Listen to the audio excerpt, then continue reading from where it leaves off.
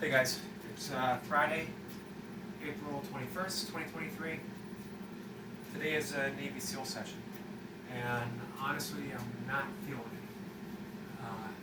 Not feeling much of anything today. I took my early morning walk, easiest pace, and that, I did my yoga before that.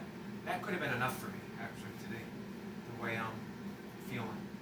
Just slightly low energy, not unwell, not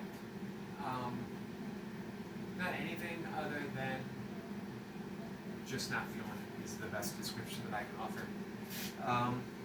But I'm going to do my Navy SEALs anyway. I may call an audible somewhere within this 20 minutes, making things easier just to get through. I may not. We're just going to see how it unfolds. I'd like to start with, I've been going back and forth, starting with 5 and just accumulating some time and pushing really hard at the end. We're starting with my 6s. I'm supposed to do 4 minutes or so of 6s. What I might do is just get first minute of 6, settle into 5,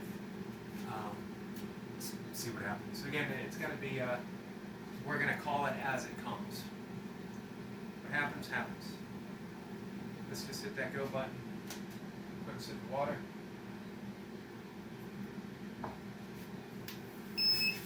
I'm trying something different. I got some electrolytes mixed in with my water.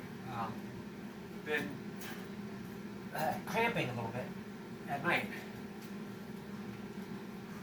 So hopefully I can regain some electrolyte balance,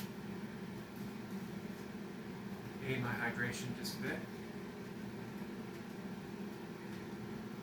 So we'll see how the 6 goes and we'll proceed from there.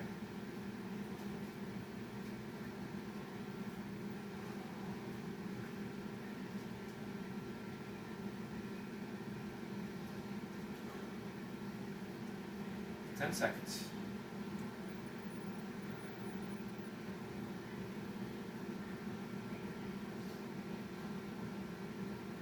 Here we go.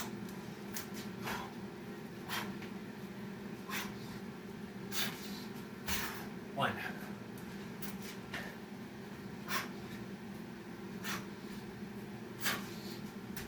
2.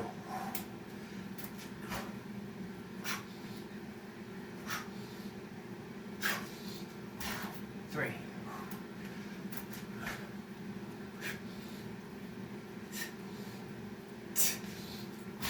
4.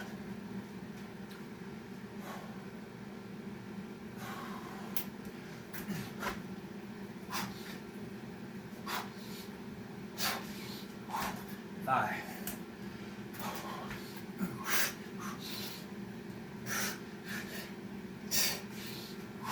6.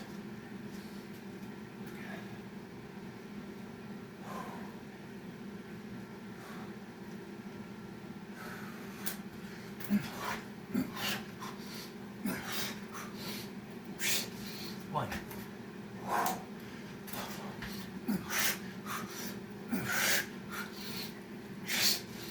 2.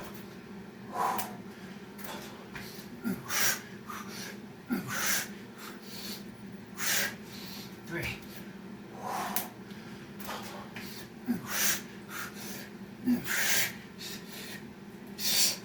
4.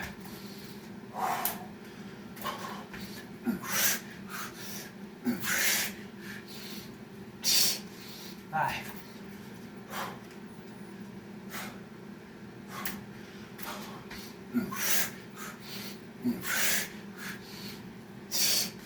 6.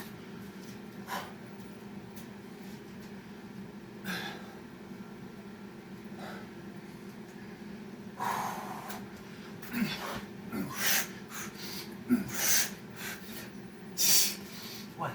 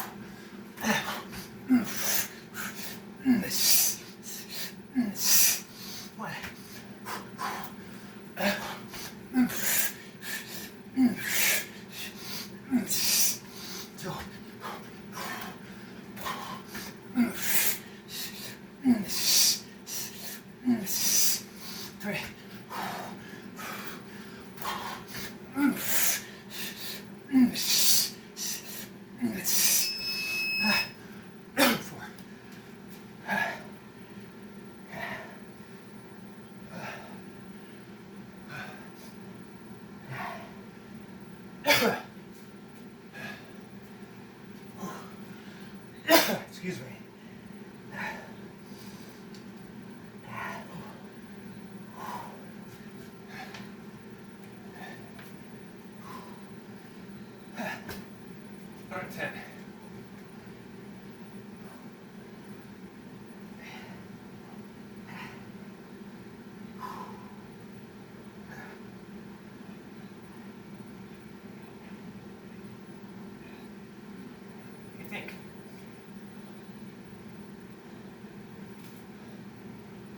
remember how many I got my sixes for. It's either 109 or 110. I thought I got my sixes for 6, but now I'm thinking, did I only get it for 5?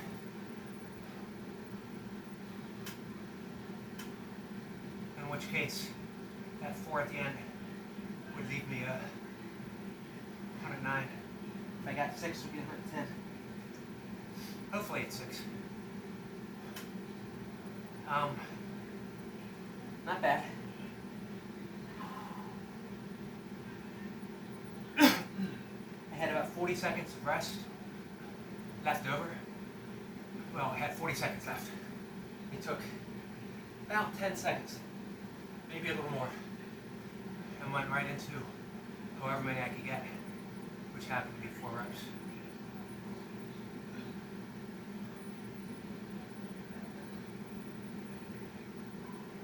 I'm going to need at least a minute and 20 seconds saved up to make that last minute, to make that last moment of time pay off for the hard work of maintaining that 5 reps in less than a minute.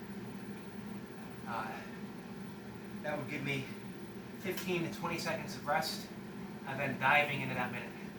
And I think if I had a whole minute after 20 seconds of rest, I could get at least 7 reps, possibly 8. I've gotten 8 before.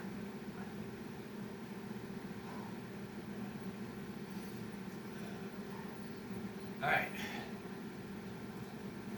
I really needed to remember to put a spit can, a spit jar, or a spit bucket somewhere here, where I could take some water and not so much drink as just rinse my mouth out of that essence of the secondhand smoke that accumulates in my mouth, in my nose,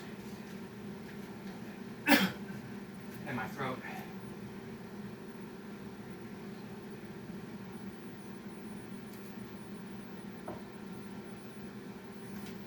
All right. I got chins today. Chins and dips. Keep these easy as well.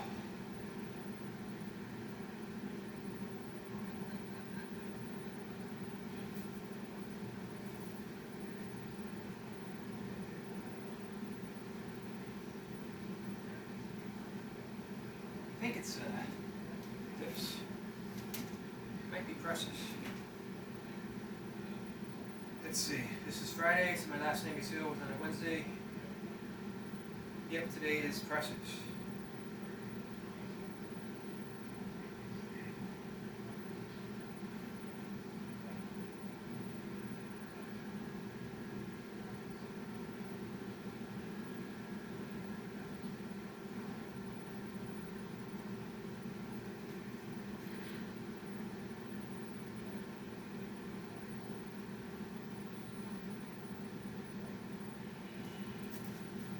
Not sure what I'm going to do for my chins.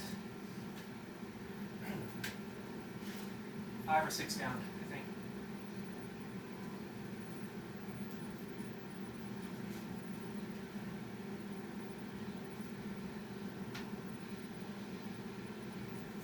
So, 109, 110.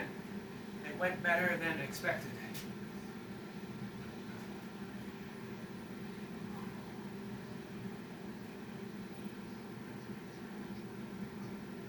Sorry, I'm looking at my kettlebells, deciding what I want to do. I'm thinking of this 2 sets of 5 with my presses, with the 18.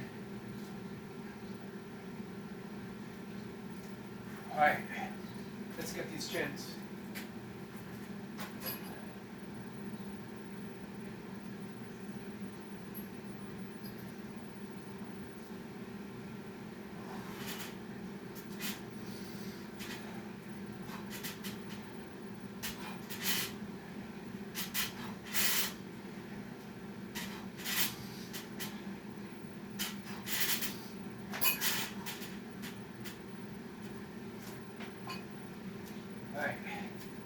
only did 5.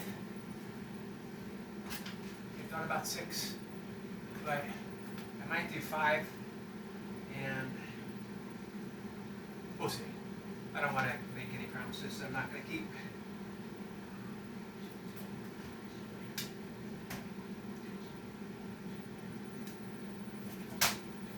Alright. So the weekend's coming up. Speaking of promises I haven't kept, I'm going to replace my Berkey mat finally. I got one in a box. Same one. This didn't even last a year. I got duct tape holding one part down, I got a hole down here. It's worn thin, and 2 other spots here and here, up here. So it's gonna go, my toe's gonna get stuck. I'll maybe cut it in half and use it for something. I don't know why I say things. I need to pack away my vertical bar that I'm not using. Pack away my parallel bars that I'm not using right now, and put together my squat rack, which is in literally a billion different pieces. Alright, obviously, not literally, but for me, if it comes in more than 3 parts, then it's may as well be a billion pieces. I very much dislike putting things together.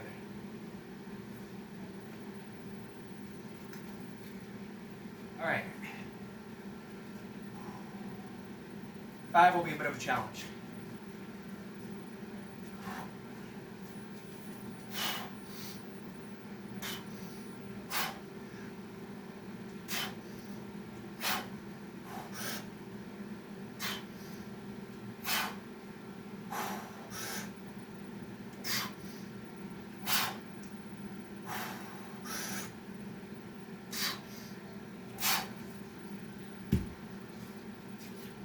My right. Left is going to be tough.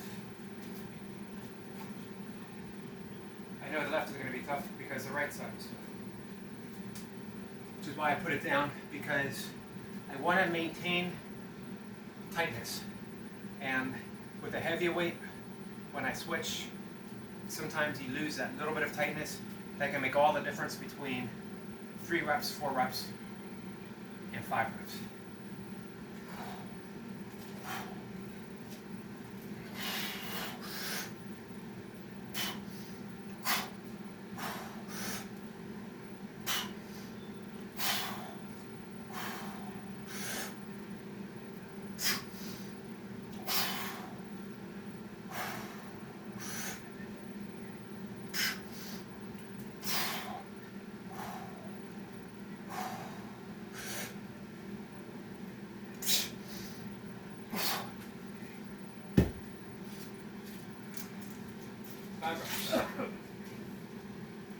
Not bad.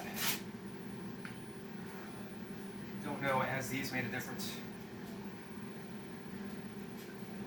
Sometimes they serve as a reminder to squeeze. Make sure you squeeze the handle. 2 things often overlooked in pressing: bench press, overhead press, kettlebell press. Doesn't matter. We forget to squeeze the bar. We also forget to engage the lats. The lats we think of as a pulling exercise: pull-ups, chin-ups, lat pulls, rows.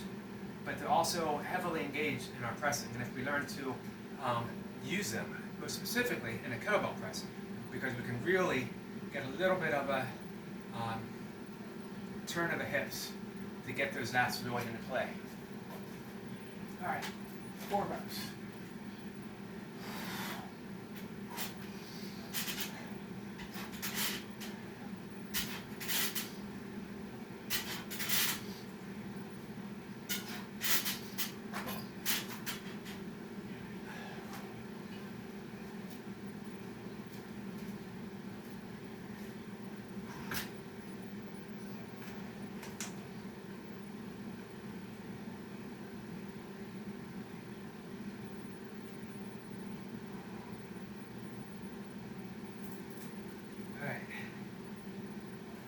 break.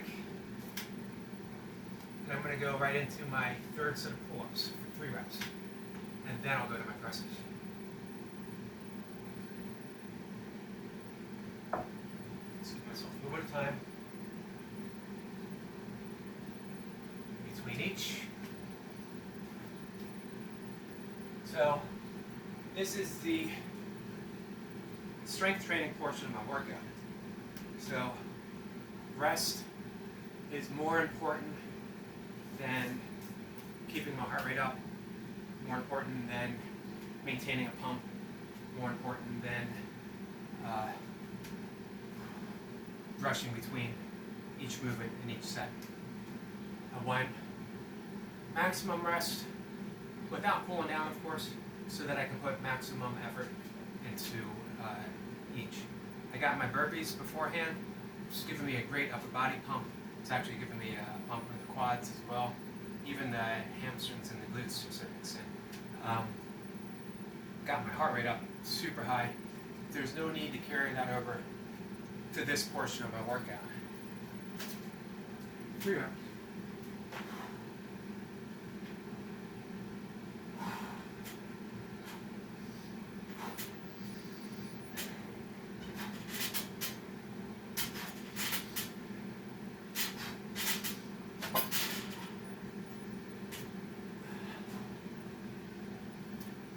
Alright, we're going to do this one without the wraps. See if I can get a 5 and 5.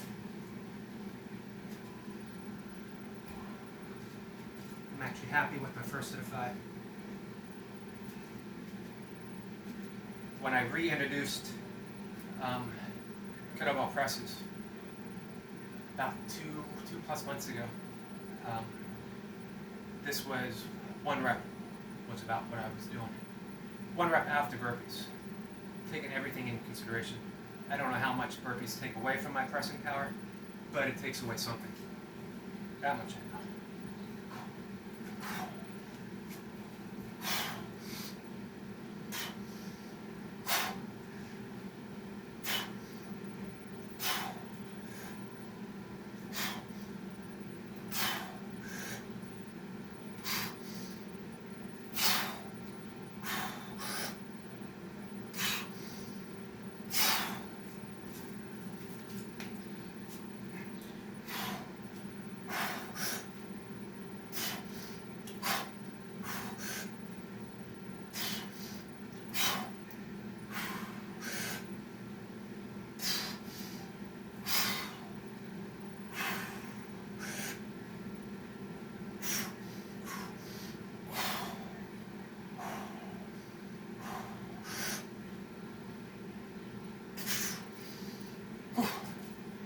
I'm 5.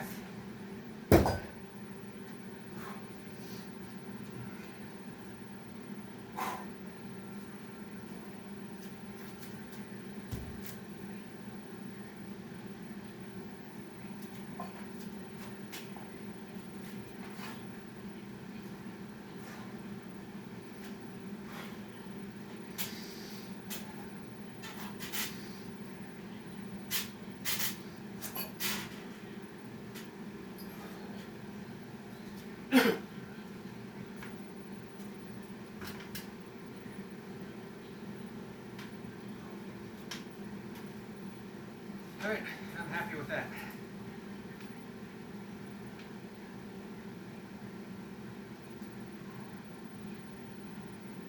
Presses are done.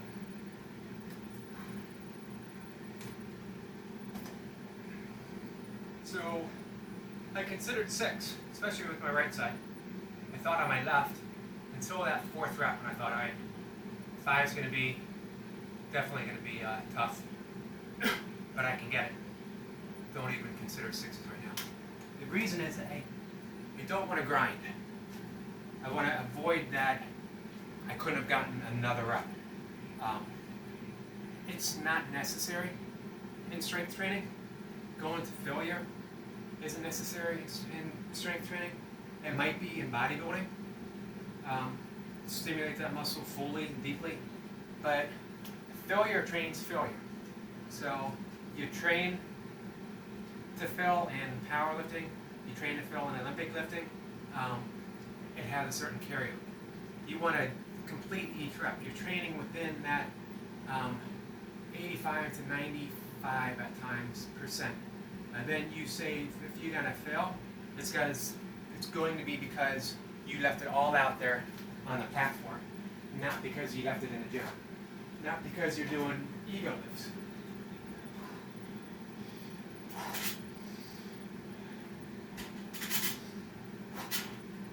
All right, that was my last one. Leave it at that for the day. I'm done. I thought about doing some more pull-ups. Again, it's just not necessary right now. I did my workout, which means I did what I set out to do. As a matter of fact, I exceeded what I set out to do in both my burpees and in my presses. Pardon me for a second, guys.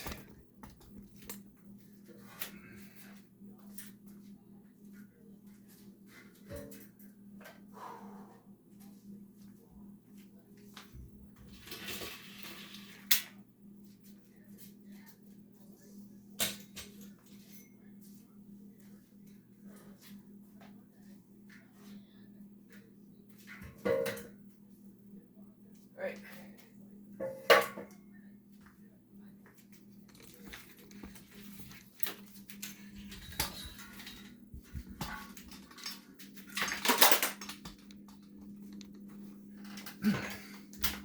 So here's a little something that's important to me. It's important to everyone. We might not realize it or not. Downtime, restorative time. It's what I do in my away from the burpee mat that allows me to do burpees and other stuff every day. And we can think of it as our recovery, but really it's tapping into our natural instinct to rest when we should rest and be active when we're supposed to be active. If you look at the life of a lion, it's not constantly roaming the savannah or the jungle. When it's ready to eat, it's up, it's hunting, it gets its prey, it eats, it drinks its water, and it goes back to just lounging around for the vast majority of time. Of course, nobody messes with a lion. But it's also the same with other animals. You know, if you look at a gazelle, again on the African savanna, or an antelope on the American prairie, and they're not constantly running. They're roaming, they're eating, they're drinking. They're alert, but they're not on high alert unless they have to be. Life puts us on high alert almost all the time, from scanning the news feed to having it play in the background and just hearing, you know, the latest news on whatever, from COVID 2 years ago up until just not long ago, to the situation in Ukraine, to American politics, to everything, every little thing we know about, because it's the media's job not to keep us informed, but to keep us on that high alert, to keep us tuned in, to keep us addicted to news and information that we don't really need to know all the time. I'm not saying that we should be ignorant to what's going on in the world.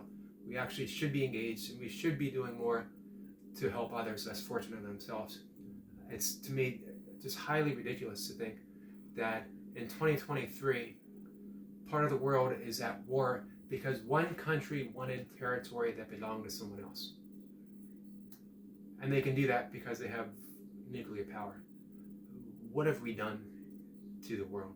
It's just absolutely ridiculous that we're in this position, that the egoic mind can still assert itself in such a way, that we argue about drag queens and transgendered issues, that we are restricting voting rights. This isn't a conservative liberal issue. It is a humanitarian issue. That, we need to be doing more. We should be doing more. We're expected to be doing more for the well-being of others. It reminds me of a quote from Ramana Maharishi, who was asked by a follower, how should we treat others? And his response was, there are no others. Meaning, it's all an extension of that one supreme self, that one God sense, that one field of infinite love and possibility that is our true reality. If we realize that, if we tapped into that, we would live in a different world instantly, just like that. And we can do that. And we can do it instantly. It just takes a paradigm shift. One of the ways to do it, tying this all back together, is spending time with those things that restore us in spirit. I'm using the term in spirit in an all-inclusive meaning, that it includes body, that it includes mind, that it includes our immune system, our everything. There's nothing excluded from it. Which means that if I spend time in meditation, I'm resting in that parasympathetic state. I'm restoring myself. I'm getting that deep, deep cellular, biological, physiological, emotional, mental, psychological rest. Deeply so.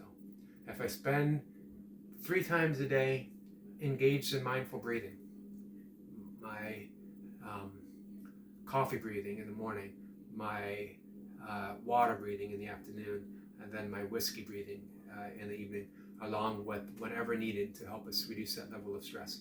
If we did that, it would make a world of difference. We would be more responsive and less reactive. We wouldn't worry about somebody slightly cutting us off in a parking lot. We wouldn't worry about a coworker being slightly rude, or even, outright rude.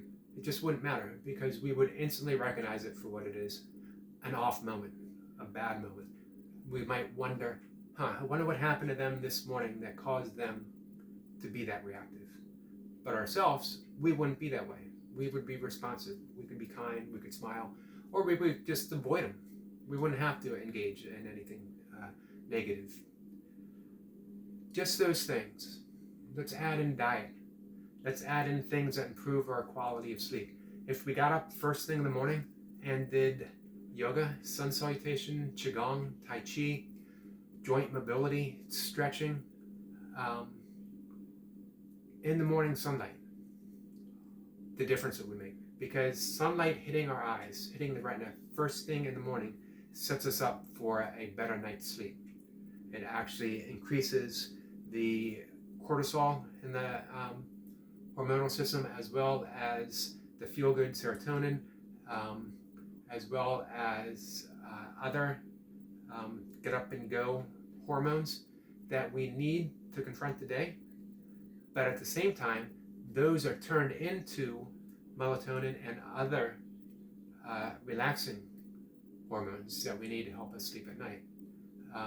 If we eat a more natural diet, if we avoid factory farming and eat more organically, I'm not saying be vegan, I'm not saying be vegetarian, I'm not even saying be plant-based, although personally I think that's the way to go.